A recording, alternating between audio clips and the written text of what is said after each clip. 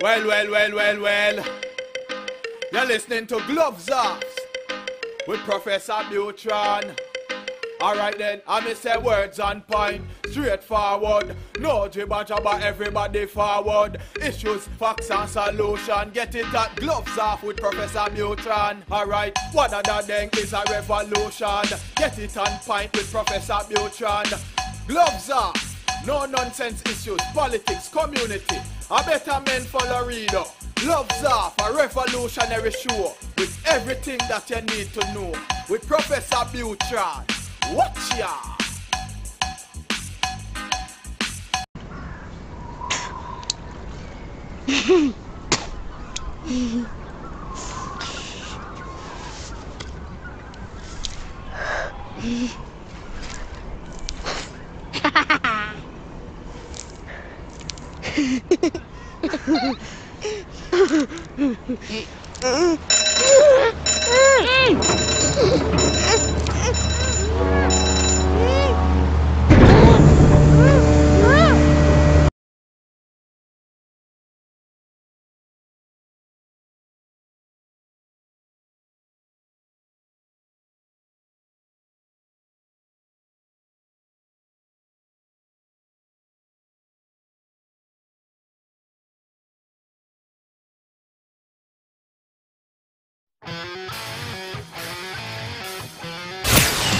Gloves Off is always on point.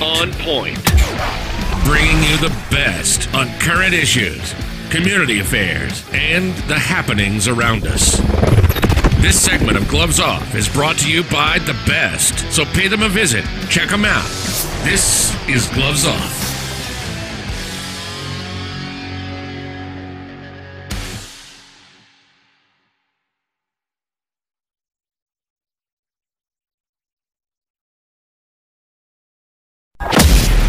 If you've ever wondered, if you ever had a clue what would happen if Batman, the Avengers, the X-Men fought the 47 Ronin, you will have great hitting, power strikes, and speed. This event will be known as the North Texas Stick Fighting Championships. It's open to all martial artists. This is where legends are formed, where they're forged, where they are founded. Sign up now. Call the number 956-401-4868 and look up the website at www.savate.biz. So remember, this is for serious martial artists. If you're not serious, sit back and whisper about the event. If not, we'll see you there.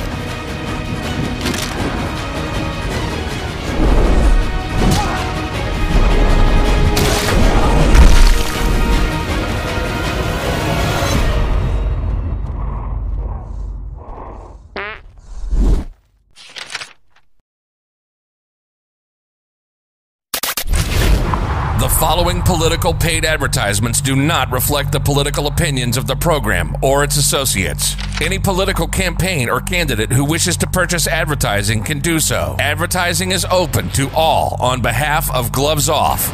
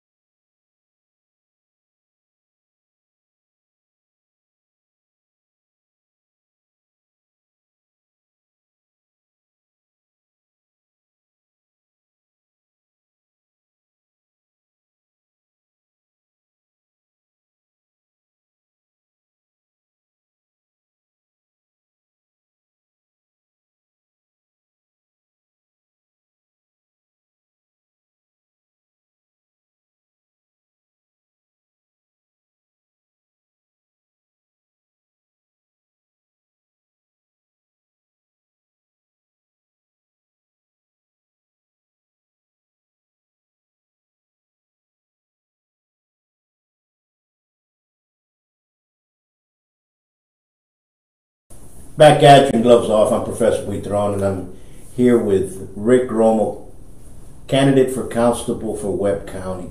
How we doing, Rick? You doing good? Good. How you doing? Well, thanks for having me again. No, thank you for coming. And number one, like I tell everybody that's running, thank you for standing up. Because number one, it's very hard for somebody to decide that he's going to run for an elected position, especially a public elected position. The candidates go through a lot. A lot of turmoil within themselves, I guess that, and each one kind of changes when you go through a campaign, yes, whether you win or not. And I see, I know many people that have run. I've seen both sides of the story, and people change.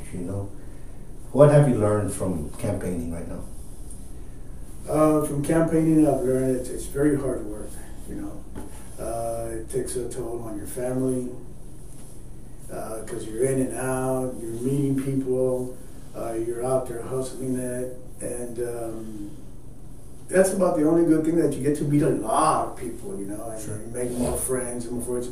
The hardest thing is trying to get your idea out there, what you have in mind, what you want to do, how you want to help, and doing this on your own. You know how some candidates are pushed by other candidates and this and that? Sure. I'm doing it on my 29 years of experience. Okay, I'm ready for it. I want it. I want to show the people for Precinct 1 that I need their help, their vote, to get elected and get my thoughts across. Make it a little easier for the court system, because I've worked with the court system for a long time with the district attorney's office. We have to deal with subpoenas and talking to the courts, being in the courts with the attorneys. So I have a good background on that, and it's pretty hard, and I've learned a lot from it. You need to know who to keep away and who to keep close to you, and it's been tough. We're talking about your ideas you mentioned that you want to get across. It's kind of hard because a lot of people do not know what a constable does. Can you explain to us what a constable is supposed to do? Yes, the main principle of a constable is to take care of his judges, the municipal court judge, to make sure that as soon as let's say a small lawsuit or something that needs to be served right away, he serves that court. He is supposed to be in conjunction with the judge to get that court moving fast. It's doing pretty good right now. It needs some improvement, the way it's working right now. I believe that I can make it go. One of my ideas is to, as soon as summons comes in, or a writ of attachment or something that comes in, serve it immediately. Don't let it sit there.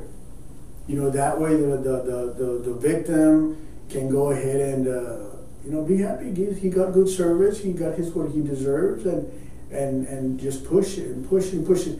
Now there's a lot of other how can I tell you, duties that have been opposed to the constable's office, because now there's Stone Garden. Stone Garden is a federal government funded program that it's good for the officers because they get paid more, and what it really is having more people out there patrolling. Right, and I think that's I've always seen the constable's office, and the constable's office have grown. Yes. And they've grown to the point that they can back up our police departments, and they can back up into certain areas where there's certain precincts, yes, and in certain areas that is the only law enforcement, really. Yes. So it is beneficial for them to have that, and for them to be exposed to that. Here in Webb County, you have a lot of them that are you have a lot of manpower, but are they really being used effectively, in your opinion? In my opinion, or could it change? It can change. We can do different things. The main thing is to be patrolling out there with a stone garden thing, because I do know for experience that it is needed out there. And we have a lot of, since it's federal funded, we do have a lot of narcotic trafficking coming through the riverbanks and illegal aliens and all that stuff. So it is important to be out there. But then again, it is important, I believe that we need more patrolling out there on the streets, to be more vigilant. The people, you know, how would you like to be at home and you look out the window and you know there goes a constable? Just driving several times around, you feel comfortable, you know. They have the same authority as the police department. They say they have the same authority as sheriff's department. There are Texas peace officers. A Texas peace officer has the same authority all over Texas within his jurisdiction. Correct. Now let's talk about campaigning. Okay. You know, you talked about how you make new friends. That is a fact. I've made a lot of friends because we've helped out in different campaigns, and we're still friends now. And it's fun to see, because there's a certain type of energy, especially here in Webb County, of very select few that are always helping out in campaigns. You get to know them. Is that what you've seen now? That those same ones, because you've probably worked in some campaigns in the past, Yes. how they kind of, it's usually the same people. You get one new person every so often, but it's usually the same crowd. Well, see, that's the thing about me. I'm different. Those people are there. All the same people are there. But I got new people. You know, you got new ideas. You listen to them. So these people want to help. You know, these people want to change. These people want to get something new going. You know, a new system. How come it's always the same ones? You know, okay, leave the same ones there, no problem. They're good, they're excellent at what they do. But start bringing in more people. They'll get more involved. You get more voters. You get more push. You get more ideas. And that's the way it should be, not even stagnant the way it is. Why have that control when everybody should get involved and have a better community? You know? Are you seeing more now when you're campaigning? Are you seeing more? Because everybody has family members that will help. That's throughout. But what age brackets are you seeing now? Are you seeing, say, the 18 to 25, 25 to 35, or 35 above? I'm bringing everything. See? Everything, because a lot of the older folks, they see what's going on, Yeah. and they get disappointed. Yeah, I'm not going to go vote. Or even the middle bracket one, even the 18s, you know, and above. They say, why do I vote if they keep on doing the same thing? You know what? They don't pay attention to us. I'm reaching out to every bracket age and telling them it's very important to vote, because that's the only way you change things. Putting in the proper people in the proper place that you can go and talk. You know, I'm giving out my personal phone, which is 956-285-0004. Anybody that wants to call me and ask me questions on my campaign, they're welcome to call me. What's the number again? 956-285-0004. And I can guarantee you no other elected official is going to do that, you know, or running for office. You know, I'm doing it to get it out there, to listen to the people's complaints, what they would like to do, what they would like to have done, and I'm ready for them. I'm ready for them. Let me ask you this. What's your precinct from where to where? What are the boundaries for people to understand what the boundaries are? Okay, it's the west side from the riverbanks. Over, I think it's Anna Street, all that stuff. It starts at Fletcher Lane, comes all the way down, if I'm not mistaken, to Market Street. Market Street, it goes east. If I'm not mistaken, is if it's not Arkansas, it's a Hilo. And then it goes north. And then it ends in Saunders. And Saunders, it goes back west, and then it cuts through the old base, real weird. And it comes out on McPherson. From McPherson, it goes north to Calle del Norte, and then it goes back west, and it has a curve, like through the old Belmont area and stuff like that, and it ends up back in Fletcher Lane. It's a pretty big precinct. It's a big precinct. Yes, yes. It's a big precinct. One of the biggest ones. There's a lot of people in there. Yes, yes. I mean, you're talking about several high schools. You have Nixon inside it, Yes. Martin's inside it. Mostly LISD. Most of the LISD schools are in it. How, you being a peace officer, how do you work, or how are you going to work with the other departments, Okay. law enforcement departments? Ever since I started working, that's a very strong belief that I have that, and you can check with them. I've worked with all different types of. I've worked with the sheriff's office. I've worked with all the constable's office. I've worked with the Laredo Police Department very closely. I worked with the federal government very closely, which is DEA, FBI, all of those people, ICE. I have very good contact with them. I don't choose who I want to work with. I work with those people because it's very important. You know, it's like that saying, you might not like the person, but you have to respect the rank. That's what my belief is. You know, I might not like you, but I still have to work with you. So I'm going to figure it out one way or other how to work with you. Sit down and talk to you, and sit down and talk to you, and work it out. Work it out. That's the only thing you can do. You know, and it's very important because a lot of miscommunication out there, and very, very, very vital information that is not being passed from agency to agency that needs to be passed. Because, for example, okay, you have the Laredo Police Department working on something. Okay, they're doing their own deal, right? Sure. You know, here comes the constable to serve a subpoena at that house, which, for example, they might have a surveillance going on, or they're looking for somebody that's wanted, or it's a hotspot, it's a danger zone. Here comes the constable, serves it. He doesn't know what he's doing. He doesn't know what's happening. What if the guy comes out and shoots him or something? That's why I say it's very important to share this information with all the other agencies, so you prevent that from happening to a fellow officer. You know, I saw that binding of forces together when we had that near horrible experience at United High School, when they had that young man that said that he was going to do a terroristic attack. Oh, yes. You had constables together, you had sheriffs together, you had everybody responded in unity, and that's great to see. That's what it should be. That was stopped right away. Yes. And I think we need more of that. Yes. I think we need more of that, more reaction. And so I'm glad to hear that it's coming from you. And I'm glad to hear that you're going to be working more hand in hand with the other departments, because it is needed. Yes, it is.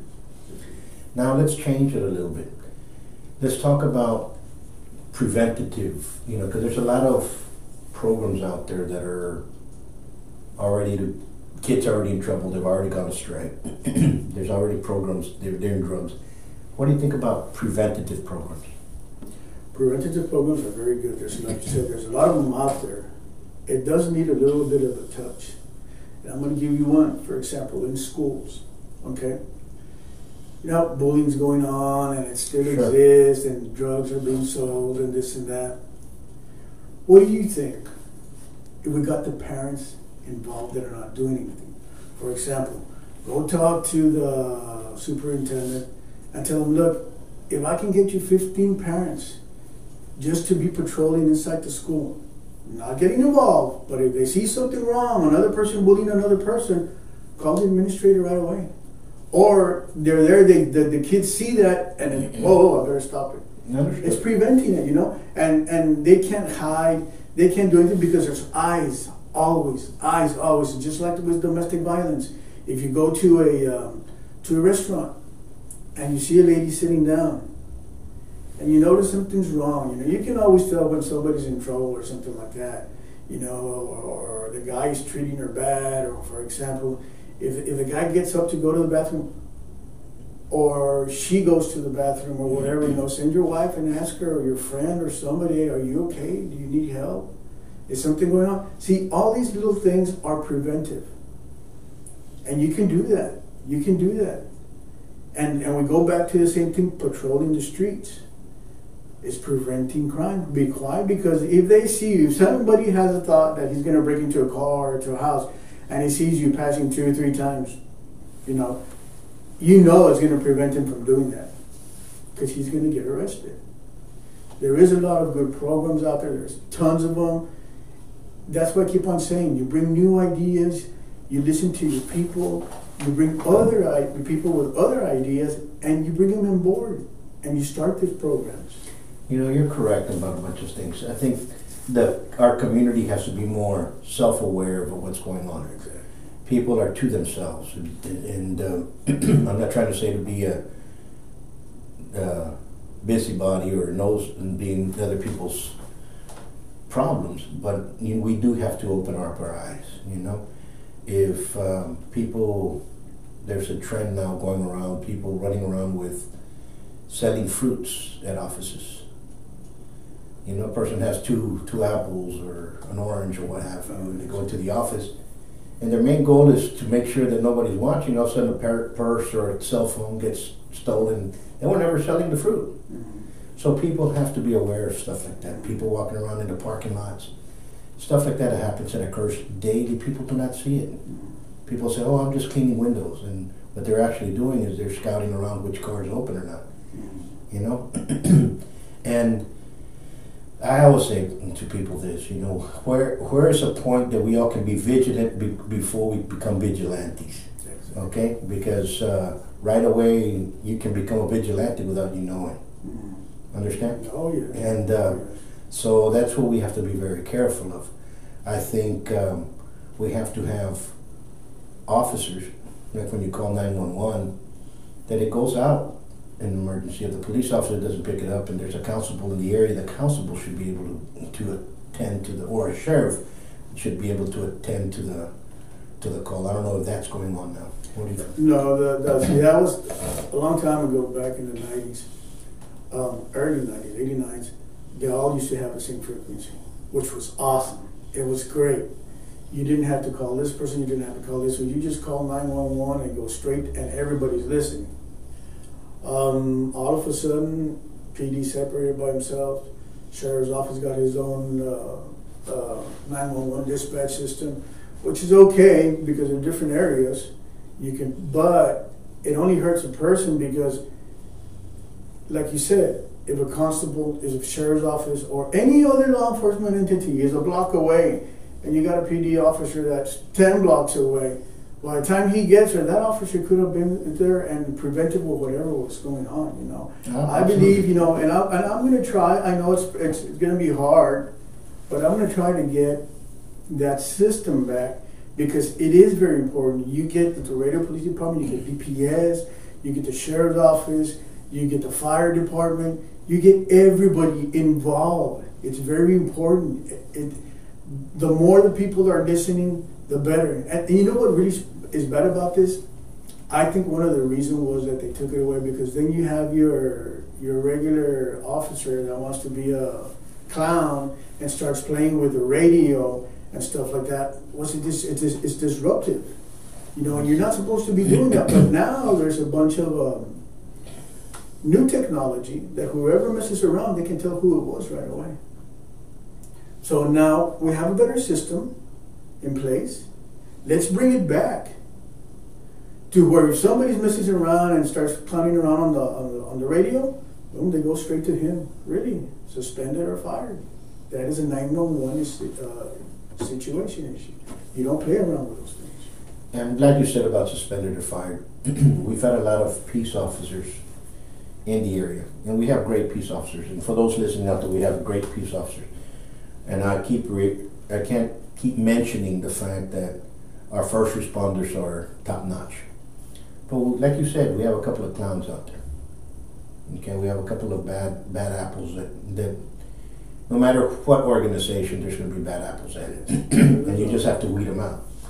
But when you catch it, when there's a trend here, Laredo, what I've seen is when you catch a bad apple police officer, I'm just going to say in the police department, and instead of them removing a badge and suspending a badge, all of a sudden you see him working for a constable. He does something in the constable's office, boom, he's in LISD or UISD police department. He moves from there, he's in TAMIU or in LCC or in the sheriff's. So he's playing musical chairs.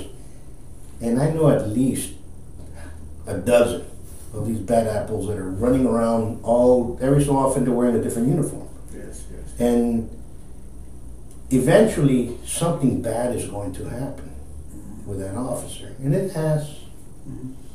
And nobody's ever pinpointed that down.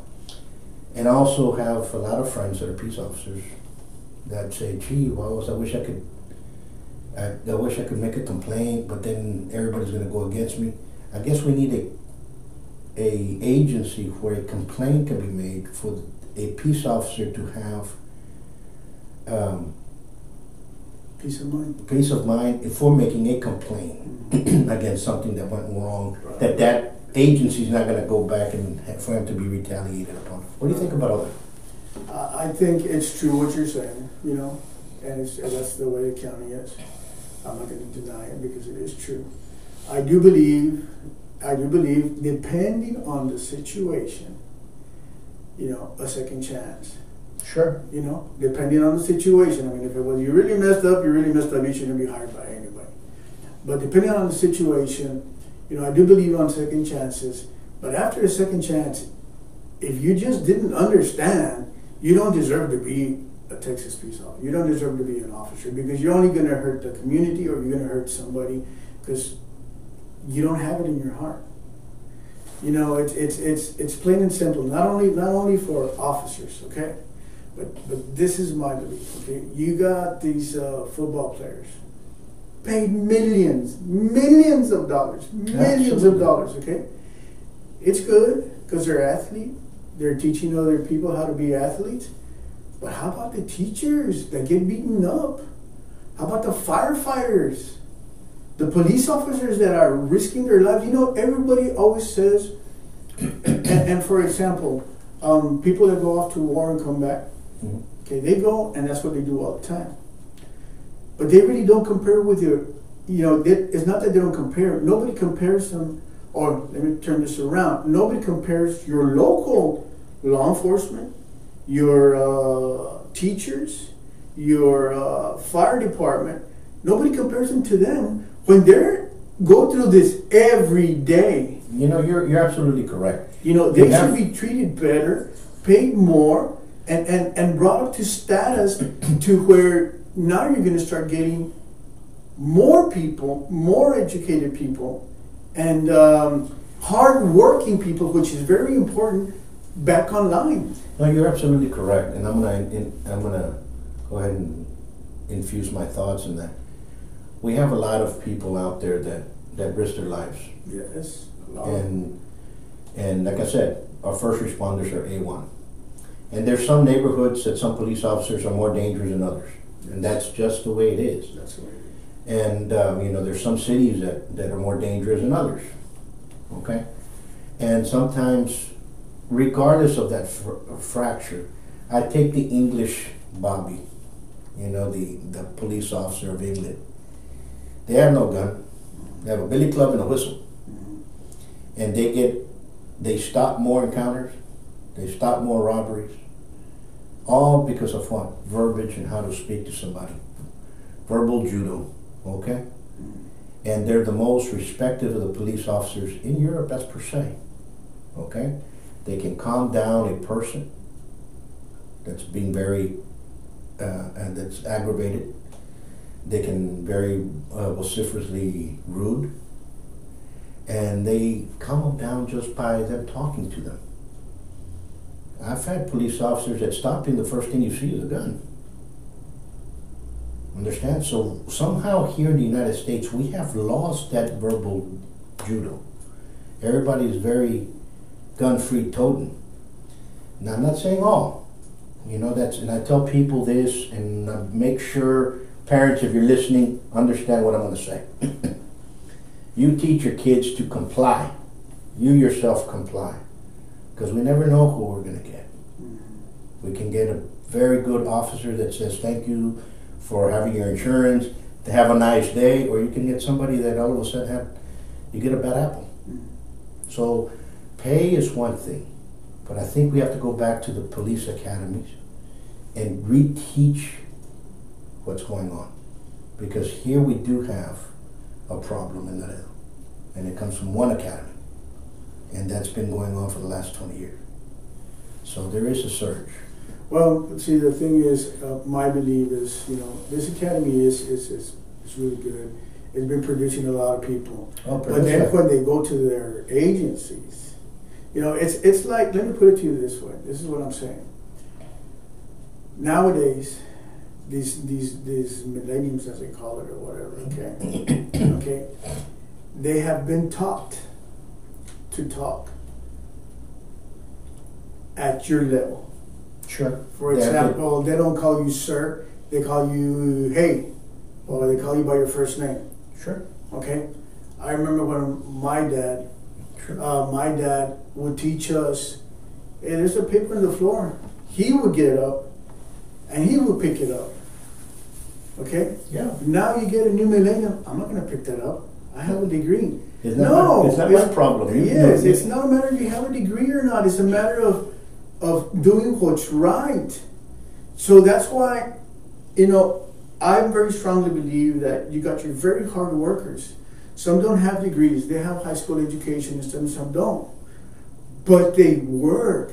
They're very good. Those people are being unappreciated because they do things that a millennium is not going to do because he has a degree, and don't get me wrong, because a degree is very good too, in certain fields. It helps you, all my brothers and sisters are, so I have some that are doctors and stuff like that. Sure.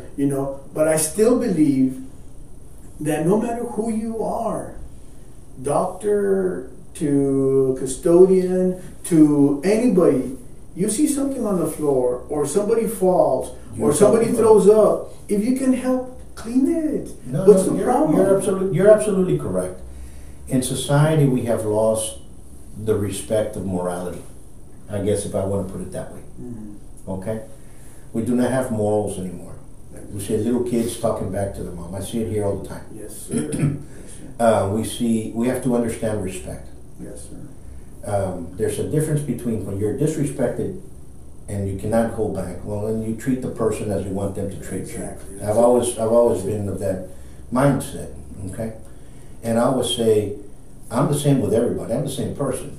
It's your attitude that changes the way I'm going to treat you. Right. You understand? No, very true. So when we go back, and I'm not dogging or I'm not picking on police officers. Please, if you're out there listening, do not get that, because I know a couple of them are gonna feel that way.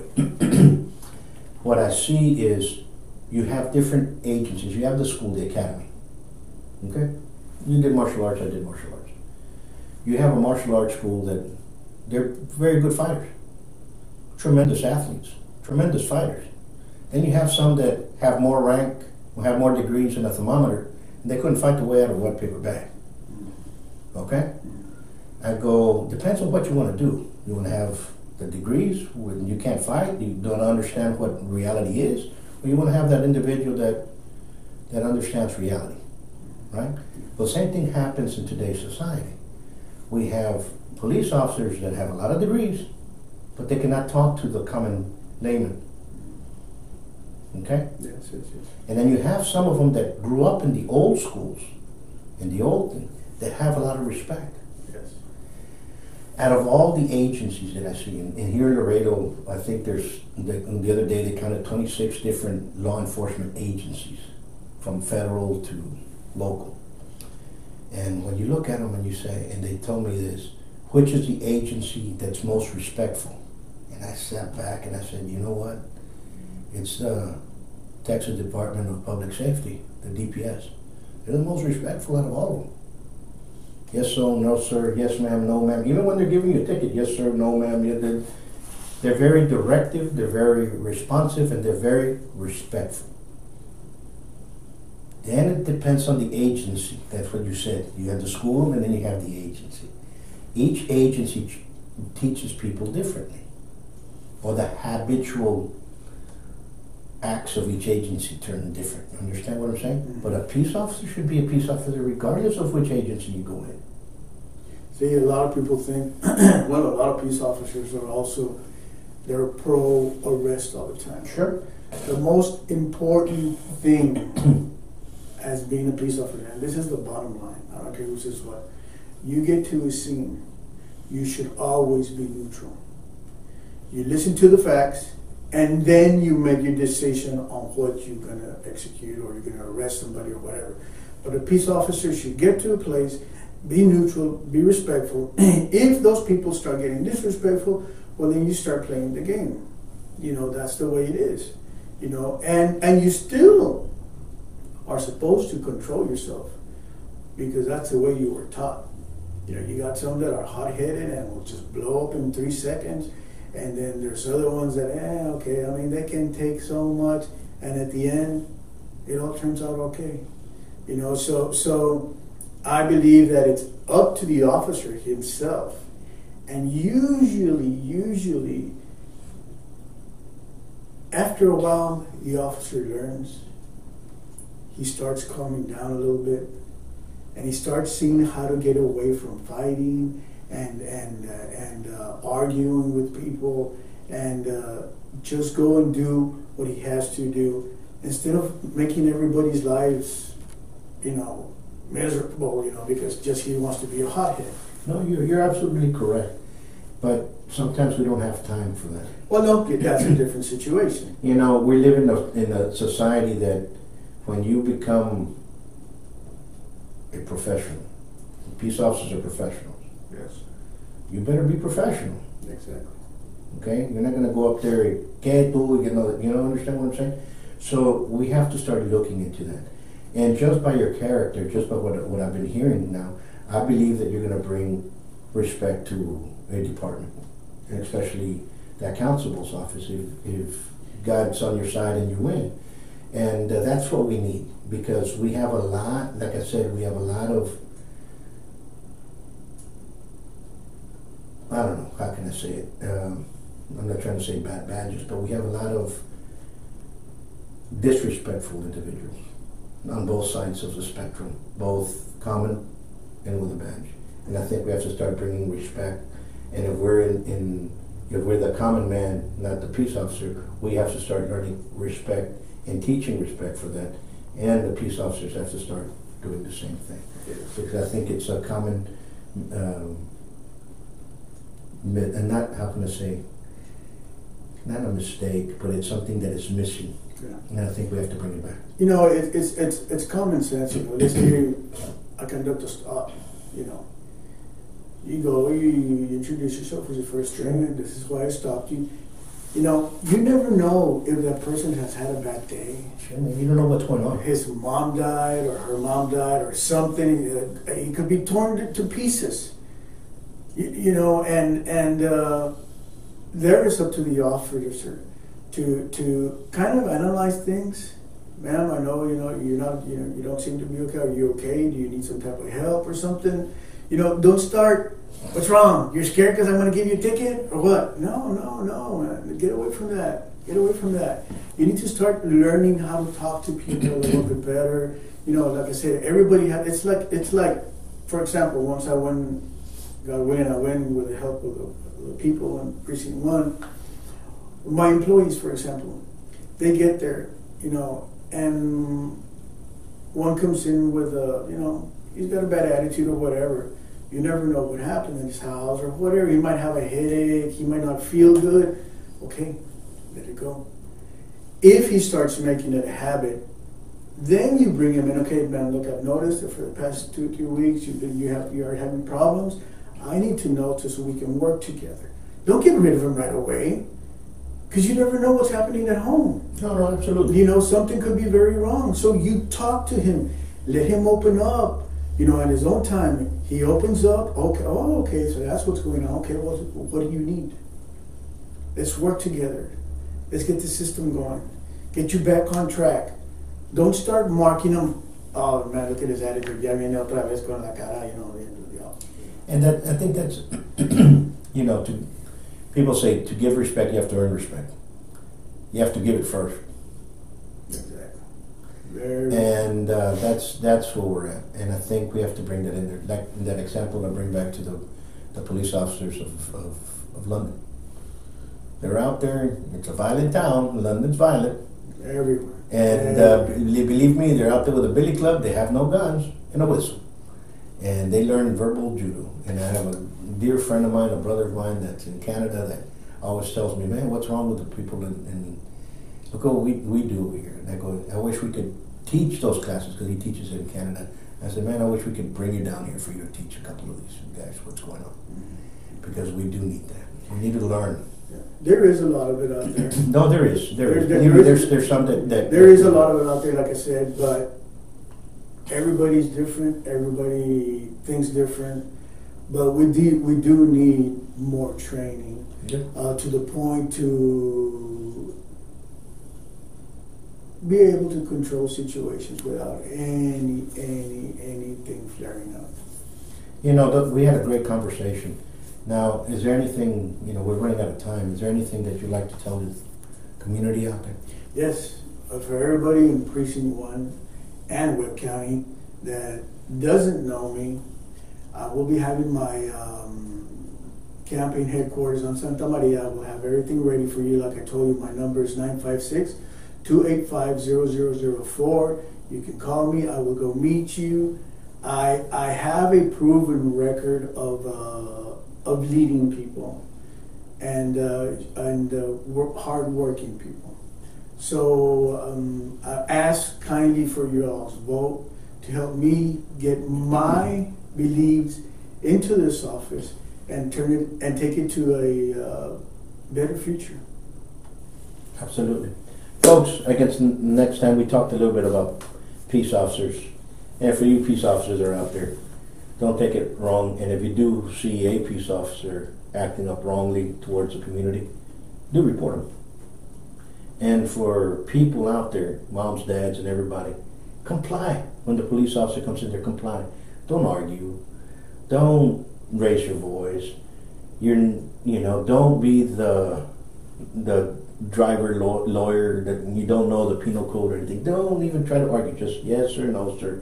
And if there's anything wrong, the reason I talk about this was because a lot of videos have been popping up lately, Yes. and of things gone astray. And I blame comply with the police officer. Until next time, peace. Thank you. Yeah. 37 minutes. Okay. 30 minutes. Good one. Good. Ugh.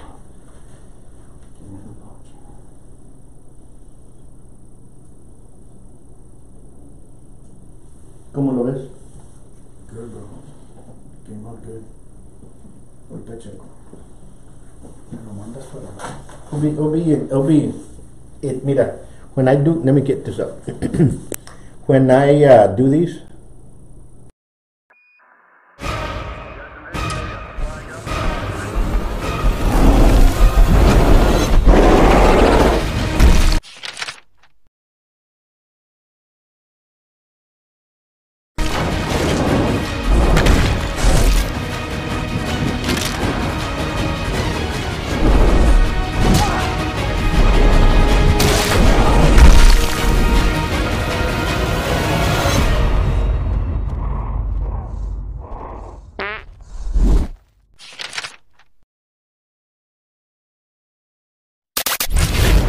The following political paid advertisements do not reflect the political opinions of the program or its associates. Any political campaign or candidate who wishes to purchase advertising can do so. Advertising is open to all on behalf of Gloves Off.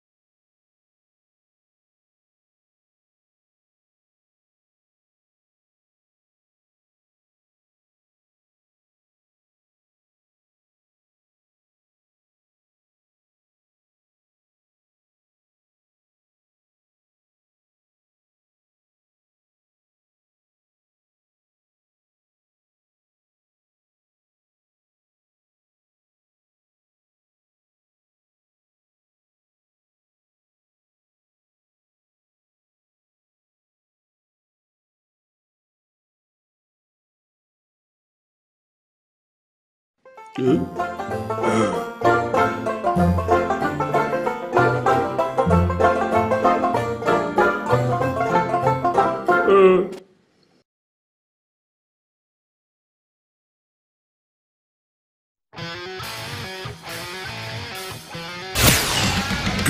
Off is always on point. On point. Bringing you the best on current issues, community affairs, and the happenings around us. This segment of Gloves Off is brought to you by the best, so pay them a visit. Check them out. This is Gloves Off.